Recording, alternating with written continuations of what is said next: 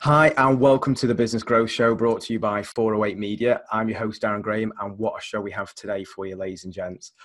Today's guest is Agnese Penke of Streamtime, and in today's show, we're going to be delving into the secrets of how you can become more productive in your business. Agnes has been in the creative and advertising industry for several years now. Whilst working at the Drum, she helped agencies and ad tech companies find the best ways to market themselves. But more recently, Agnes has moved to Streamtime, which is a project management software company that aims to help creative agencies do more in less time by simplifying project management, and hence me wanting to get her onto the show to tell us everything she knows. So Agnes, how the devil are you? Yeah, I'm really good. Thanks so much for having me. This is amazing. I've never done a podcast before, so I'm excited to be here. I'm excited. Cool. To do it. Yeah. So I mean, we've spoken before, but obviously since the move to Streamtime, the sort of knowledge that they and potentially you're going to have now of project management, getting more done in less time, I thought it was really good and a really good idea to get you on and to ask you all about that. But before we get into that, I think it'd be good just to tell us a little bit about yourself, about Streamtime, for those that don't know or haven't come across them before. No, absolutely. So your intro of me was amazing. It was perfect, spot on.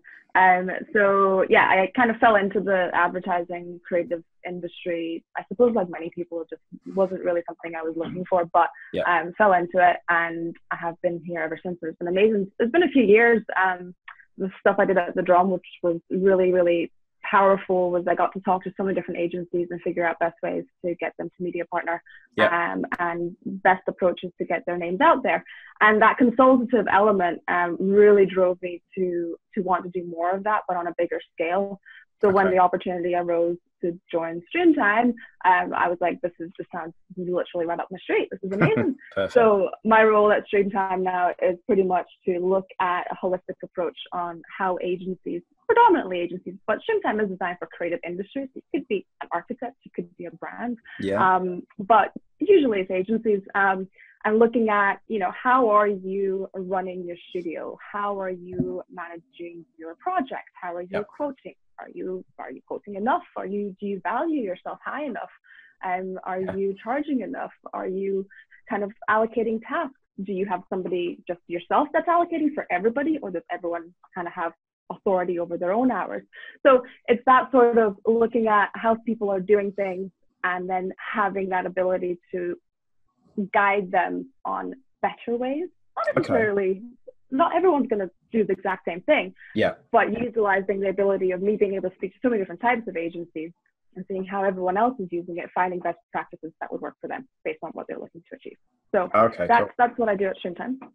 And Streamtime, in a nutshell, a project management tool, really, but it's more than that. I think there's this human element around it as well. We're a pretty small team, and I think that really makes it quite powerful, because the interaction we have with customers is that any feedback that they give us, we'll try and implement that, and we'll try and make that platform grow even further and make it work for the agency and for the creative industry.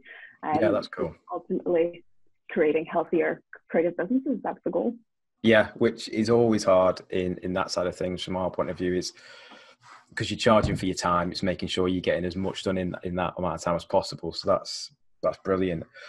Moving on to, let's say we're speaking to business owners or marketing managers, marketing directors, that's probably a very broad question, but how can they become more productive? Is there anything that you've found from speaking to, obviously, a lot of these different agencies and different people, that are just some things that you sort of find trends or things that they're constantly doing that they shouldn't be doing or could be doing better, and how can they improve? So it's a very big question to ask, and I feel like if you're looking at individual productivity, that can be so varied. Everyone has their own way of doing things.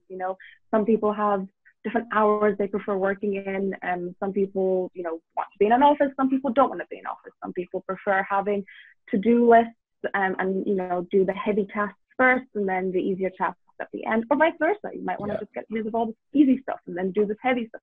So individual productivity is quite it's quite challenging to give one answer that works for everyone. But when you're looking at a holistic approach as a business owner, I think the key element in order to have yourself and the rest of your company to be more productive is having a focus. So, you know, not try to be a jack of all trades. I mean, you can, but being a jack of all trades will most likely either burn you out or give you an average result in the end, because you've not really had the time to dive into each element enough to get the best result. Yeah, exactly. So doing everything at once doesn't necessarily mean it's going to give you the value that you're looking for. So one of the things I think is quite important to look at is, you know, you just try to be a specialist and pick the things that you know you're going to be good at and focus on them and be the best you can be at that, you know, in your industry and in the market and in the world, I suppose. And so kind of one thing that we do at Streamtime for ourselves is as a company, we set 4 OKRs, so objective, key, and key results. And we set 4 of those that are reviewed every quarter. So we have 4 objectives in one quarter, and each of those objectives has, you know, different elements that, you know, play a role into them. And each of those elements has initials of team members that are allocated to those.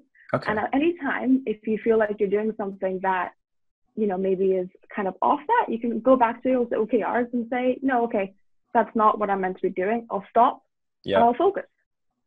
And I think having the focus will give you the productivity. Yeah, that's really good. I think when we spoke to other people before, like you've mentioned to-do lists, you have people that have these to-do lists of like 100 things, and you're looking at the first one, you're like, you're not going to get that done today, let alone 2, 3, 4, and 5. So I think I've noticed a lot of people underestimate how much needs to be done. But like you say, having just 4 things that are being concentrated on, and then that split up, that makes a lot more sense in terms of overall productivity. So that's a really cool idea. Focus is definitely key. I mean, otherwise you end up doing everything, and then nothing gets done. Are you ultimately adding value to moving the business forward, or moving your own progression forward, or moving your own job forward if you're doing everything? Yeah, that's it. In terms of sort of processes and workflows and things like that, I know that's something that Streamtime helps with. When we've been working with clients before and we're trying to get them to follow our workflow and streamline it for them, we often get the pushback on, look, I don't have time. Can you just do this? Can you just do that? I don't have time to get a new workflow into it. How important is that, and what can somebody do to sort of refine that? I mean, we spoke about the sort of 4 things to do within the quarter. Is there other ways that you've come across or Streamtime have come across to help people become more productive by sort of workflows or processes? Yeah, I think there's 2 parts to the whole I don't have time, or I don't have the resources, or I can't be bothered, or I can't think about it right now. So I think there's 2 parts to that. There's the time, and then there's the resources. And usually it's a combination of both. But the first thing is the time element, right? You're never going to have the time to implement something if there isn't a need for it. So actually taking back a little bit and looking at what is currently missing, if anything. And the best way to get that answer is to talk to the team, right? Gather everyone together. I don't know if you do a Monday morning stand-up or a Friday afternoon, some pizzas and beers, and just have a conversation and understand what procedures and what kind of workflows they're currently doing, and figure out if there are any gaps there. Is there anything they're missing? Is there anything that you feel like isn't syncing up very well? And once you identify that need, the time will happen. Somebody is going to find the time, because all of a sudden you're like, oh, sugar, I really needed that. Okay, how can I make that happen? So the initial hurdle is just to find that need. And then once you have the need, you'll find the time. And actually, when it comes to then implementing it, right, the whole resource element is, well, usually those people that had that need most likely are happy to take the champion on that and drive it forward. So dish out the work, the resources, right? Get a champion within your business at any entry. It doesn't have to be the top line senior management that are going to put in this new workforce or new workflow or process. You know, any entry level jobs as well, like people will have something that they're really, really passionate about. And so find champions within your own business that can lead the way. Break it down into bite-sized chunks if you want. Although I do say something that we say at Streamtime is, if you are looking to, you've kind of figured out, okay, I have a need. I think I've got the resources. I think I have the time for this, but I really am quite scared. Like, it's a scary move. We are really big believers in just go cold turkey. Find a date in the diary, April 1st.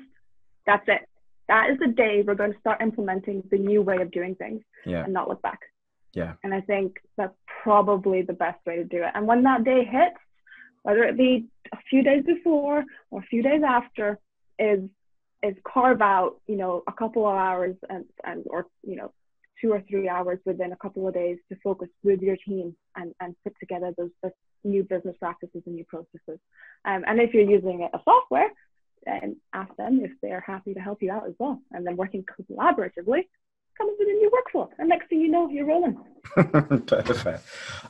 We've done something similar, actually, talking about going the cold turkey, because we're trying to move on to sort of more instant chat rather than emails with clients. And it's some are really up for it, some are really not. But we've kind of said, right, as of that day, you have to use that. That's it.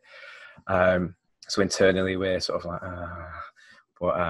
I think you're right. I think unless you just do it, unless you carve out the time to go, right, we're going to learn how to do this. It is going to be better in the long run. It's going to hurt a little bit. Just take it on the chin and crack on. Mm-hmm. No, absolutely. And I think that the whole, this is the time we're going to do it, and it's a little bit scary. That scare is actually pretty good. It means that you're probably doing something that's going to benefit you. And also, when you get to that point, when you get to that date and time, you've got your team on board because you've had that conversation beforehand to identify that need. Yeah. So the hurdle itself, that's just one tiny step, really, because once everyone's rolling through with the new workflow, they're going to ultimately see more productivity happen if that's, you've chosen right, essentially. Yeah. They're going to feel, happier. They're going to feel like this is really working for them, and all of a sudden everything's synced up and everything's working, and oh my God, I can actually get my job done. Hallelujah.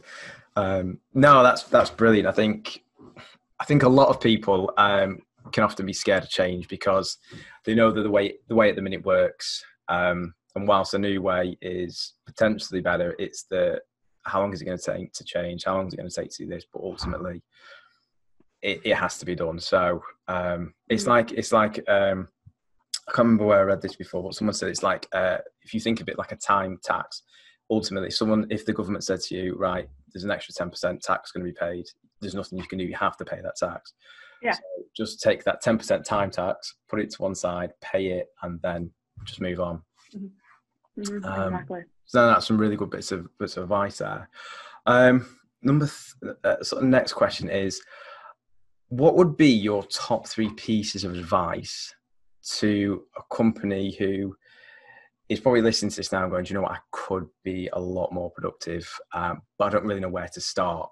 What would your sort of top 3 bits or points or advice be to get started? Absolutely. Oh, there's so many things you can do here. So many things. I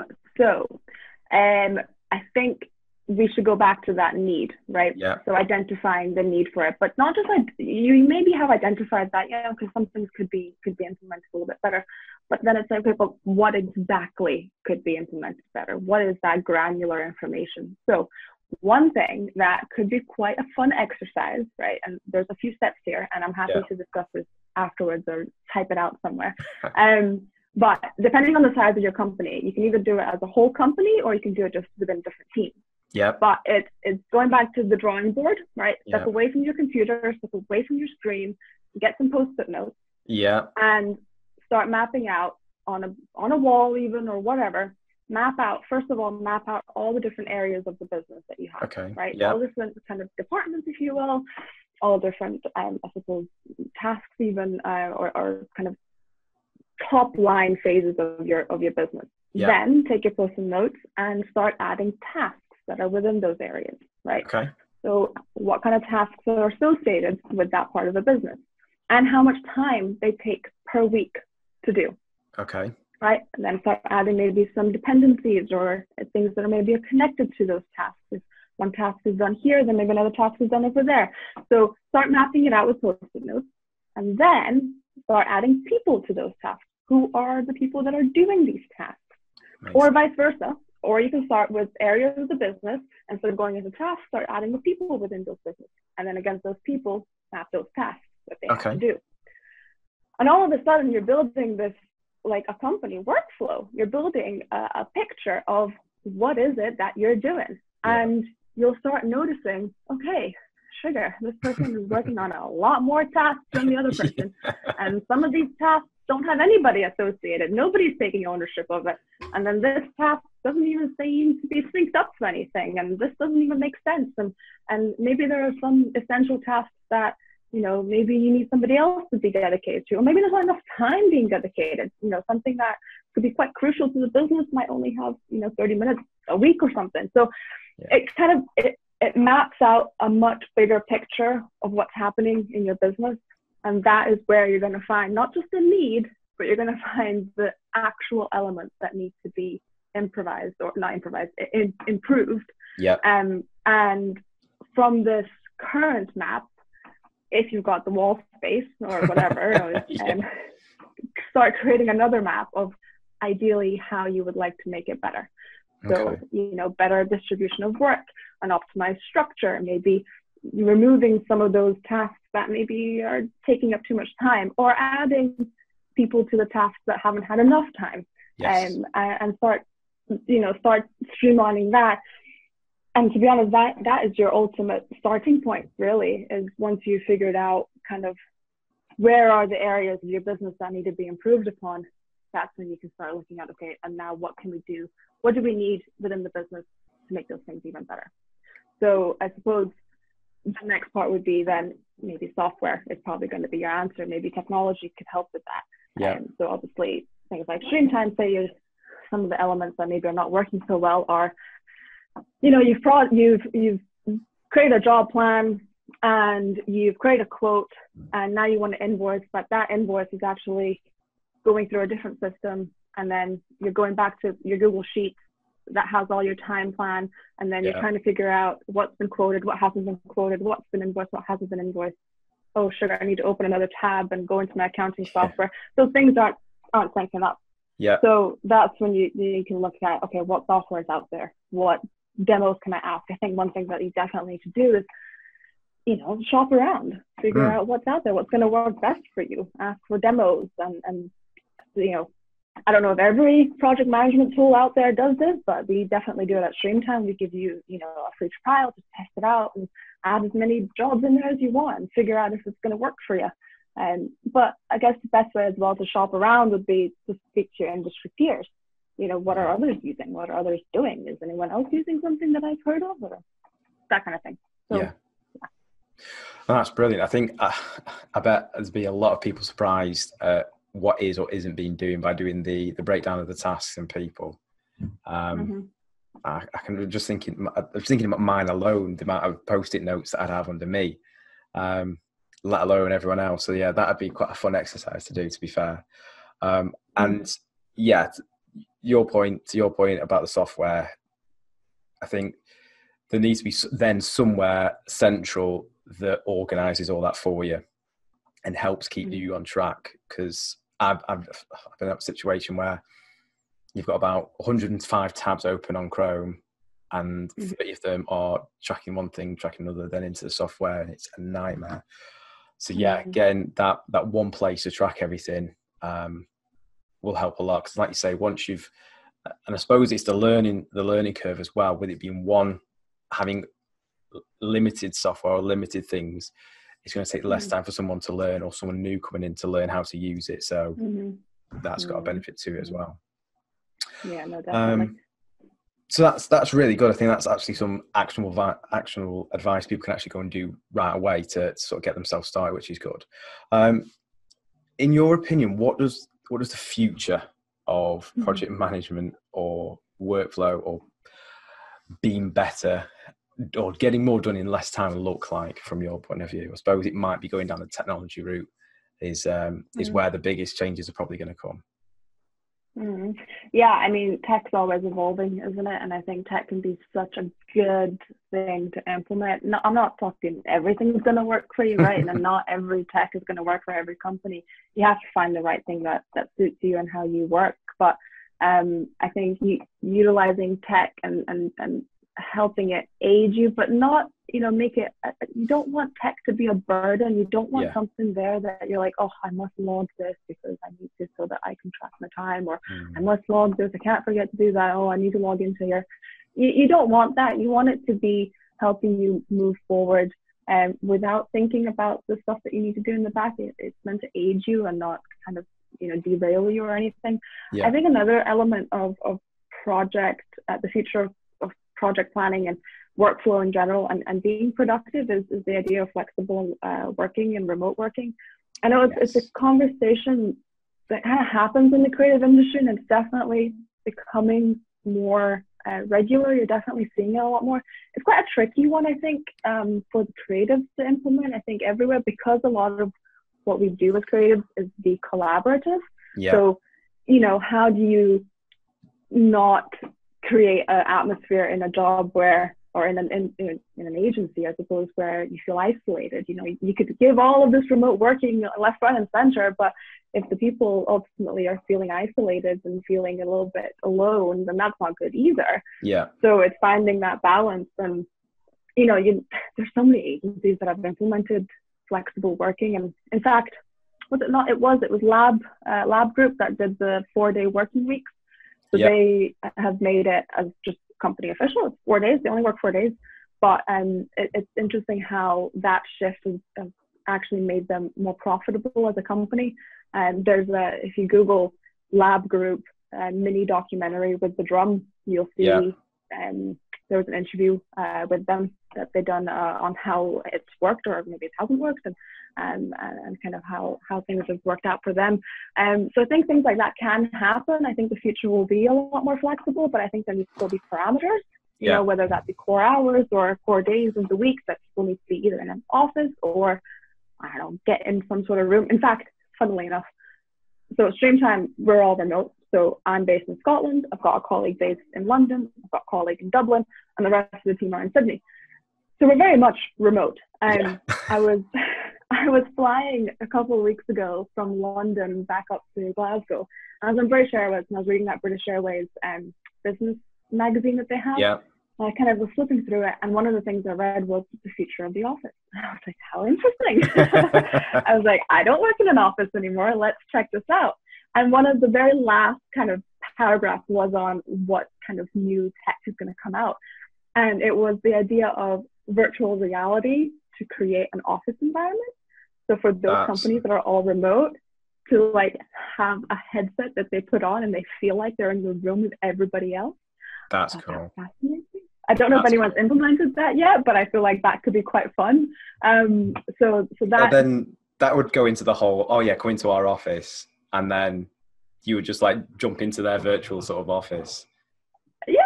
I think that's cool. I think that would be kind of cool, because then you could be super flexible. You could be anywhere in the world, but still have that collaboration and still that kind of, personal face-to-face vibe, I guess, but not actually be face-to-face. I don't know. It might work, it might not work, who knows? But I think when it comes to team working and productivity in that sense, I think there's definitely flexible and remote working is going to play a part in that, and then tech as well. So that kind of combining those two elements. But to be honest, another thing, one I suppose bigger thing is transparency within a business. So I think for no matter what job role you have, you want to have a sense of purpose and meaning for the work that you're doing. I mean, nobody's going to be productive on something that they don't understand where it's going.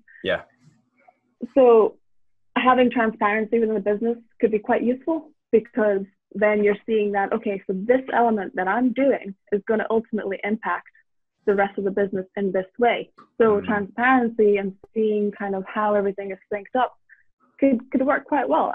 And that's actually something that we're looking to see at Streamtime and implement as well, is how your software, using all the information that we've got collated and all the data, so from time logging to job budgeting to planning and everything, how a software can help you with more foresight as well, and not just hindsight, like predicting when issues might occur, when projects might overrun, when margins might not work out, when to charge more as well. Like, how do you know if you're charging enough? Like, what's the benchmarks, And then also, how happy are your people? Does everyone have that purpose and meaning behind what they're doing? Are they genuinely happy? Like I said, remote working and flexible working doesn't suit everyone. It can affect mental health. So having, software or technology that can be able to prepare you for situations like that, and that would be amazing, wouldn't it? Like, that'd be awesome. I think that definitely the flexible working and the remote working is becoming far more of an ordinary thing in the creative side of things. So no, we're looking to do a lot more of that as we grow, in terms of having some people work from home a couple of days a week, or working from Glasgow or Sydney or wherever that's going to be.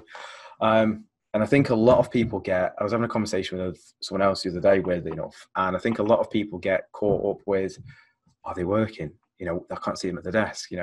They've got this sort of thing in their head that if they're at the desk at 9 and they're leaving at 5:30, or they're staying a little later, that's a good employee because they're putting the hours in.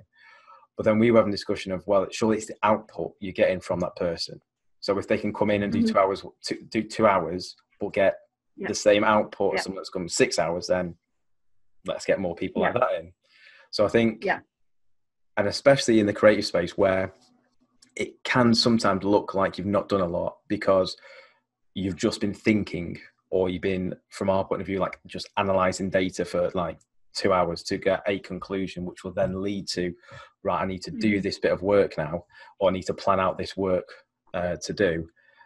You do sort of need time you can't just do a 9 to 5 sort of work. It doesn't always work. We've got some people that, like my business partner, he works far better at night. So he will work from like 8 till 11, and he'll do 3 hours then. And the amount of work he gets done then versus in a day is ridiculous. So I think the whole virtual office and flexible and remote thing is definitely a good thing. I think it's not the 1980s anymore.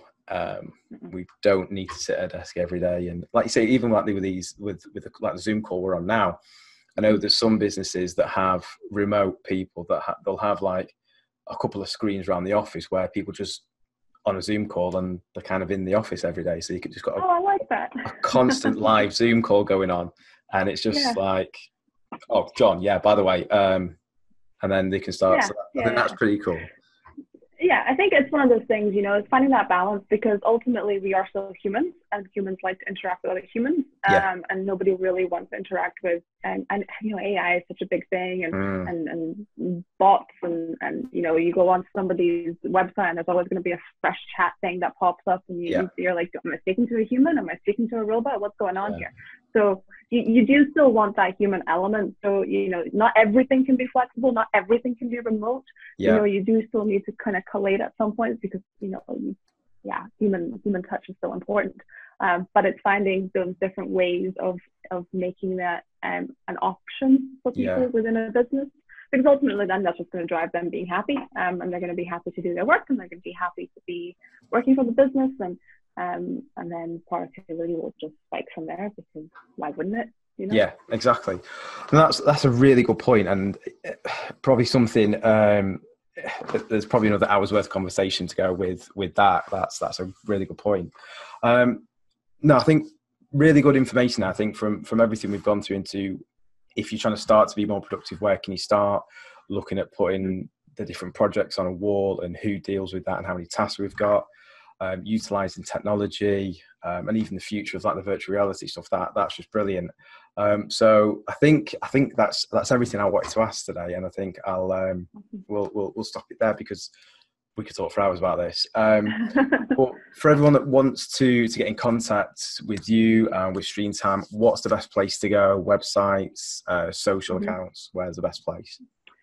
So I love a bit of LinkedIn. So add me on LinkedIn. Just Agnese Penke on LinkedIn. Pretty straightforward. And then if you want to hear more about Streamtime and see if that might be something that would work for you, probably email me, just agnes@streamtime.net. Or just reach out to me on LinkedIn and I'll get back to you, and then we can set up a demo or have a chat and see how things go from there. Perfect. And for everyone listening on the podcast, I'll put all the links in the show notes. And then everyone on the YouTube, watching on YouTube, I'll put the all the details in the comments and the description below. So thank you very much. Thanks again, Agnes, for coming on, and really appreciate your time. No worries. Thank you. And thanks again for everyone listening. Enjoy the rest of your day.